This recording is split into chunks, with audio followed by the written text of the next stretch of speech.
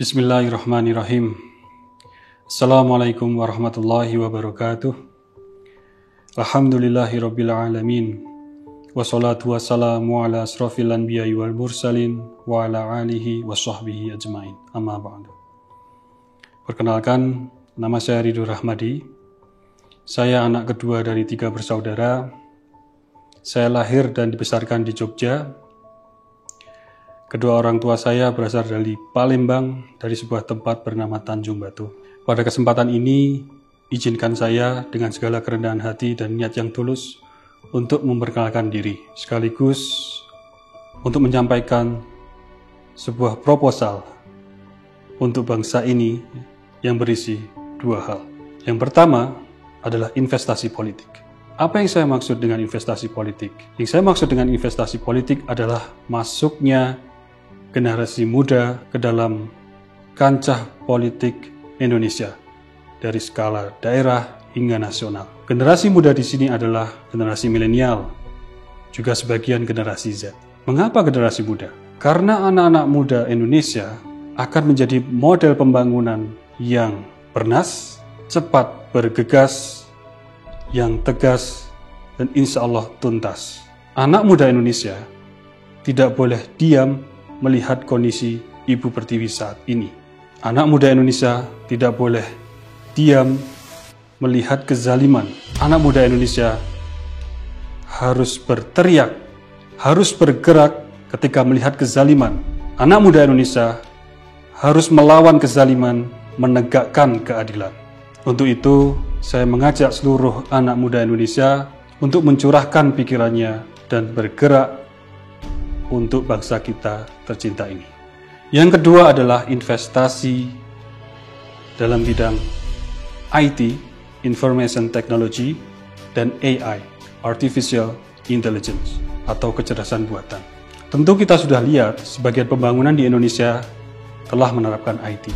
Namun hemat saya, ini masih sebagian kecil saja. Kalau kita kemas dengan baik, IT dan AI dapat kita gunakan untuk mendongkrak pertumbuhan ekonomi, untuk membangun infrastruktur yang smart, untuk membangun sistem pertahanan negara yang kuat dan world class. Bahkan lebih jauh lagi, dengan IT dan AI yang tepat, kita dapat membangun karakter bangsa ini yang beradab dan berakhlak. Dalam proyeksi jangka panjang, kita dapat menggunakan IT dan AI untuk membangun pilar kedaulatan bangsa ini dan menjadikan bangsa Indonesia sebagai referensi global kemajuan peradaban. Dan yang tak kalah penting, bahwa nanti produk-produk IT dan AI itu haruslah karya anak bangsa sendiri yang modalnya datang dari dalam negeri. Partai Umat adalah partai yang terbuka bagi siapapun yang menginginkan perubahan. Partai Umat terbuka untuk ide-ide baru yang segar dan progresif. Partai Umat insya Allah akan menjadi laboratorium untuk investasi politik, untuk investasi IT dan AI, dan untuk investasi-investasi kebajikan lainnya untuk negeri ini. Insya Allah kami akan menjadi rumah bagi seluruh elemen masyarakat, baik tua dan muda, baik laki-laki maupun perempuan, dari seluruh penjuru negeri ini, dari Papua hingga Aceh. Partai Umat akan membawa angin segar bagi politik nasional.